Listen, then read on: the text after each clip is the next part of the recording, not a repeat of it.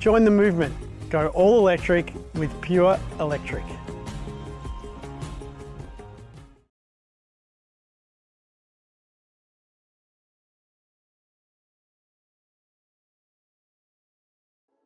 We acknowledge the Yuid Noongar people as the traditional owners and custodians of the land on which we live. During our life, my partner and I have lived in a series of uninsulated, drafty, poorly designed houses. So when we decided to retire to a remote coastal village in Western Australia, we had the opportunity to design and build the type of home we really wanted. We had a list of requirements for our new home, and the challenge was to meet all these requirements while keeping within our budget. First, the house needed to suit our lifestyle, and since it is our retirement home, it also had to be suitable for ageing in place. The house needed to be resilient to the harsh coastal environment and its isolated location, where services can be quite unreliable, especially communications and power. Our house had to be built to BAL 29 bushfire standards due to the bushland adjacent to our property. We both love the natural environment, and so it was important for us to be thoughtful about the amount and type of materials we used in the build, and of course, to build a highly energy efficient house. The climate zone is classified as warm temperate and is characterised by hot, dry summers and cold, rainy winters. The two-bedroom house that we designed achieved a 9.2 star energy efficiency rating, thanks to our consideration of building orientation and seasonal weather, as well as incorporation of passive house principles. We will run you through some of the key features of the house. The house is a rectangle with a single pitch skillion roof. This simple design reduces corners, which can be bad for energy loss. It also makes the house cheaper to build and easier to maintain. The house has a lovely light and airy feel due to the large rooms and high ceilings. The ceilings follow the skillion roof line and range from 2.7 to 3.6 metres high. The kitchen, dining and lounge form a single large room. The feeling of open spaciousness is surprising for such a modest-sized house and is always commented on by visitors. The two bedrooms are multi-purpose rooms. They each have room to sleep, practice yoga, study, or do some sewing. They are lovely big bright rooms with north-facing windows and are a pleasure to spend time in during the day. Even our hallway is a multi-purpose area by integrating the laundry and storage cupboards into the hallway.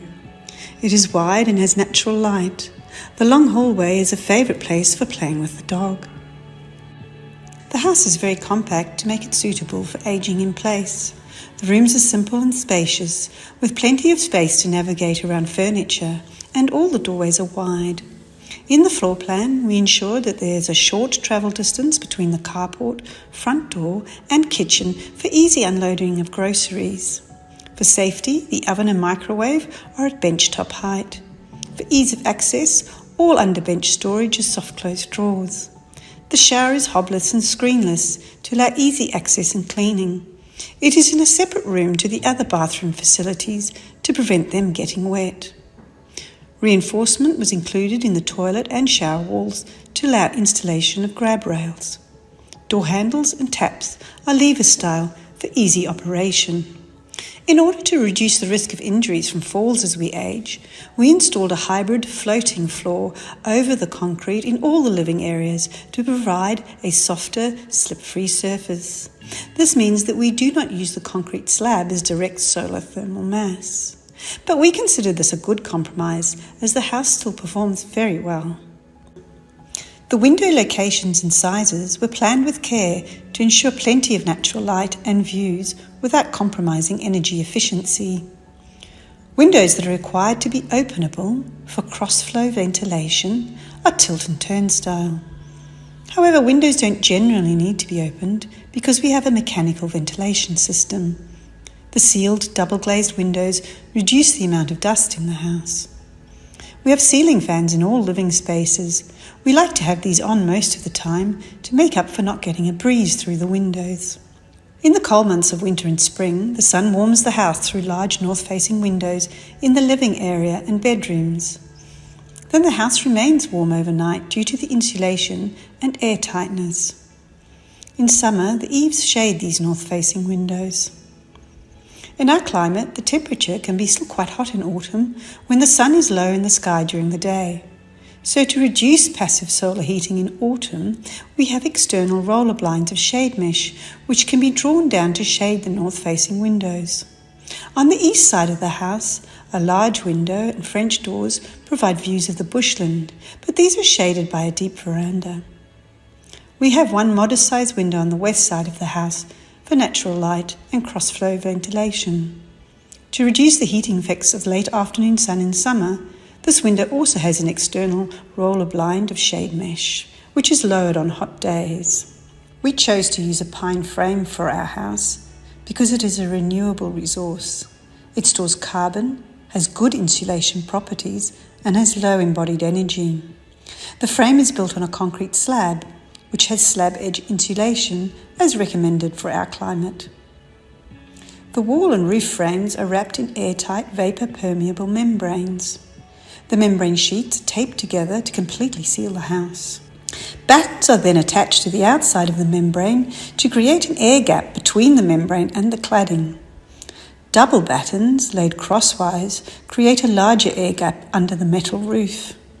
This allows any condensation which forms under the roof or behind the cladding to drain out or evaporate. In order to reduce waste, the house walls were sized to use whole sheets of fibre cement cladding, minimising offcuts. Insulation was inserted into the wall frames and roof space prior to installation of the lining.